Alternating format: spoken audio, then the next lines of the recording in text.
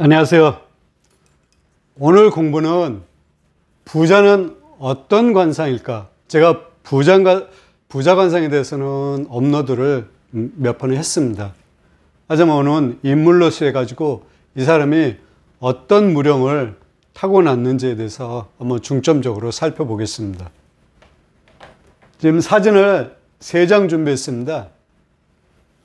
같은 인물입니다. 그리고 원숭이 침팬지를 제가 준비했습니다. 침팬지는 유인원이죠. 이 사람은 중국 분이고 중국 생수왕입니다. 이름은 중산상이라고 하고 올해 66세입니다. 세계 6위 부호입니다. 재산이 약 99조 5천억 있습니다. 거부죠. 어마어마한 부자입니다. 그러면 이 사람의 관상이 어떤 관상이길래 이렇게 큰 부자가 됐는지 한번 살펴보겠습니다. 이 사람은 초등학교 졸업한 것으로 알고 있습니다. 물론 그 후에 나중에 공부는 했지만 정식적인 그 학력은 아마 초등학교 졸업이 맞다고 봅니다. 이렇게 많은 공부를 하지 않고 부자가 될 수 있는 자수성가하신 거죠. 과연 어떤 관상인지 살펴보겠습니다. 제가 무령관상에 대해서는 많은 편의 동영상을 올렸습니다. 왜 무령관상을 제가 강조하냐면 무령관상은 사람의 빈부귀천을 살펴보는데 이것만큼 더 정확한 것은 없다고 감히 말씀을 드립니다. 사람이나 동물이나 생명체는 살아가는 이 원리라는 게 있습니다. 누구나 다 평등하면 좋을 것 같은데 실상 그렇지 못합니다. 평등하지 않은 게 어떻게 보면 이치에 맞을 수 있습니다. 우리가 평등 이렇게 말씀을 하지만 그것은 어디까지나 인격적인 평등을 말하는 것입니다. 삶에 있어서 누구나 다가 평등하다면 좋죠. 하지만 그렇지 못한 게 현실입니다. 이 세상을 이끌어가는 그 그룹이 있죠.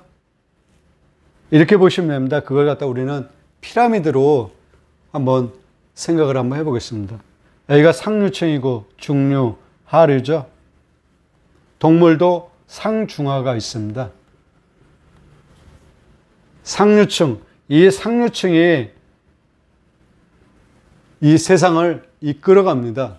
중류나 하류는 뒤따라가는 그런 역할을 하는 것이죠. 물론 부정하고 싶지만 부정하지 못하는 게 현실입니다.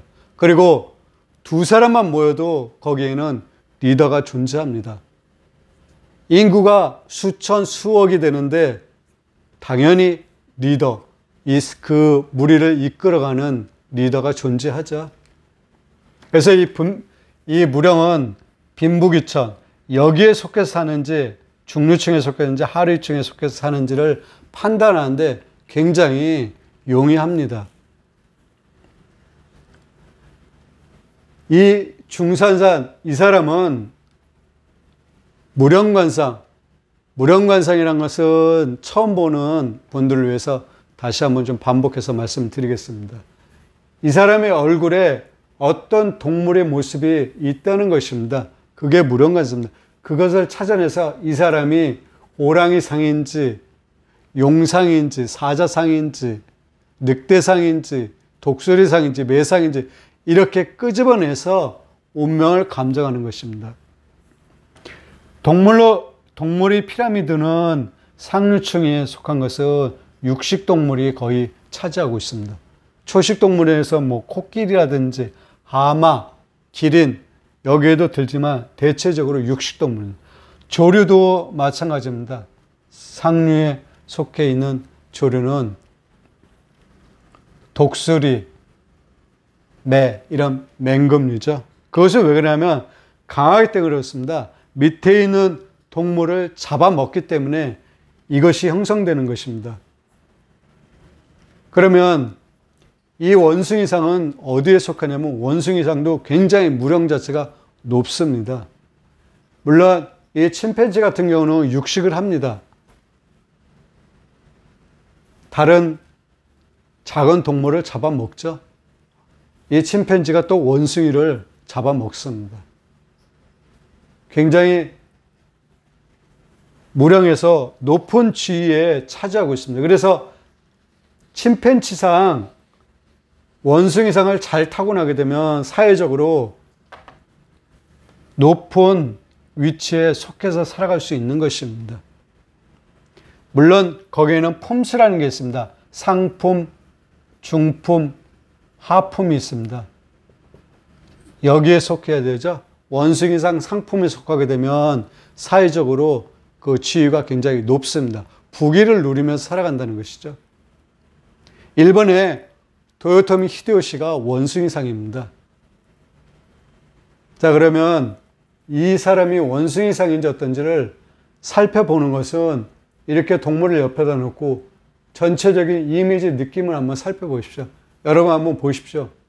이 사람이 이 침팬지를 닮았는지 안 닮았는지를 전체적으로 살펴보시면 됩니다. 닮았다고 느낌이 들면 원숭이상, 침팬지상입니다.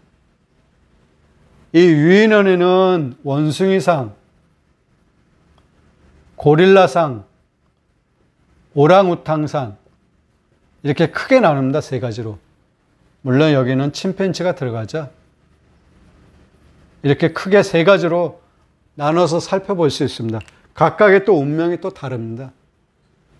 그러면 원숭이 관상을 타고난 사람들은 어떠한 기질, 습성 이것이 있냐 그러면 원숭이를 닮아서 두뇌회전이 빠르고 재주가 많습니다. 원숭이가 그렇죠. 머리가 굉장히 엽니다. 그리고 재주가 많죠. 그리고 임기응변에 능합니다. 그리고 리더십이 있습니다.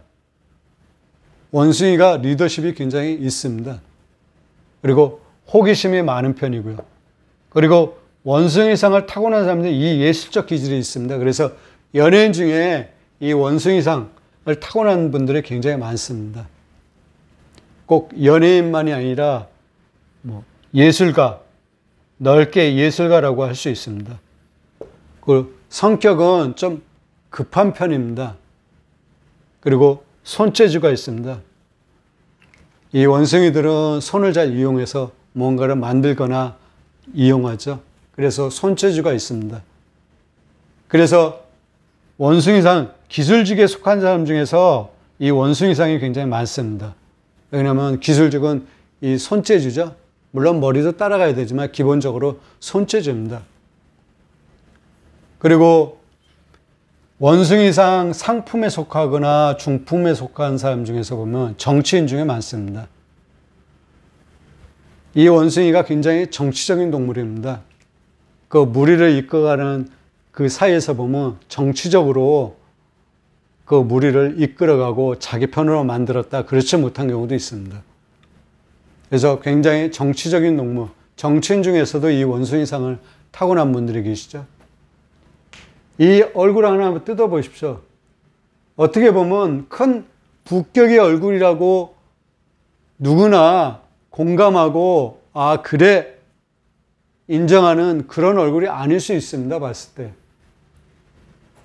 하지만 세계 6위 부호입니다. 그것이 뭐냐면 이 사람이 원숭이상을 타고났기 때문에 이와 같은 부를 누리는 것입니다. 오늘은 부자는 어떤 관상일까?